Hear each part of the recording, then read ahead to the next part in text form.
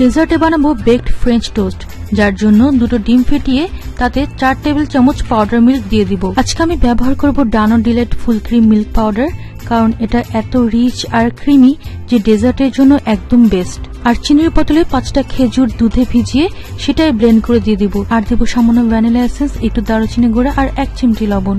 এই কাস্টার্ডটা ভালো করে গুলে সাইডে রেখে দিব।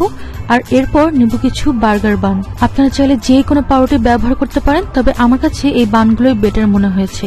এগুলো আমি সব 4 কোনা করে কেটে এরপর যে কাস্টার্ডটা বানিয়েছি তাতে ভালো করে সোক করে নিব।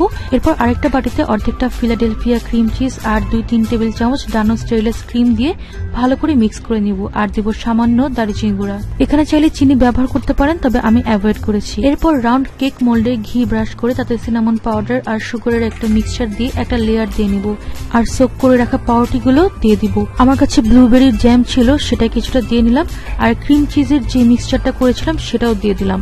সবকিছু দিয়ে 2টা লেয়ার করে ফাইনালি সিনামন আর সুগারের যে মিক্সচারটা সেটা স্প্রিঙ্কেল করে দিব। ফাইনালি একটা ফয়েল পেপারে ভালো করে মুড়ে প্রিহিটেড ইলেকট্রিক ওভেনে বেক করতে দেব। প্রথমে 20 মিনিট ঢেকে এভাবে বেক করব। এরপর ফয়েল পেপারটা ছাড়াই আরো 25 মিনিট বেক করে নেব। এভাবে 2 বারে বেক করলে উপরে একটা ক্রিস্পি লেয়ার তৈরি হবে।